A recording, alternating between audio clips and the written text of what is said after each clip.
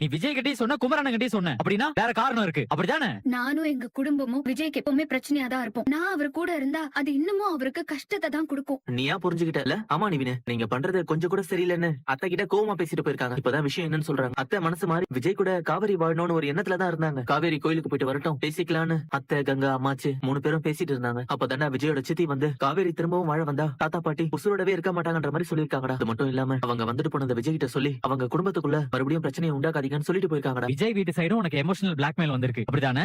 காவேரி கிட்ட பேசினா வேலைக்கு ஆகாது. விஜய் கிட்ட நம்ம நேரடியா விஷயத்த சொல்லி உங்க வீட்டு ஆளுங்க தான் இப்படி மிரட்டி இருக்காங்க நம்ம சொல்லிட்டு வருவோம். மாமா, விஜய்க்கு இந்த விஷயம் தெரிய வேண்டாம் மாமா. வேண்டாம் மாமா, விட்டுருங்க. அப்போ வாழ வேண்டிய உங்க வாழ்க்கை வீணா போகுது, அதுக்கு என்ன பதில்? இது ஏன் வாழ்க்கை, நானே பாத்துப்பேன். காவேரி நில்லு. சொல்லு பாட்டி. பாட்டி என்ன பண்ற? சாரதா, எனக்கு இவ்வளவு பார்த்தாதான் மாசமா இருக்கிற மாதிரி தெரியுதுடி. என்னம்மா தங்கச்சி எப்படி இருக்க?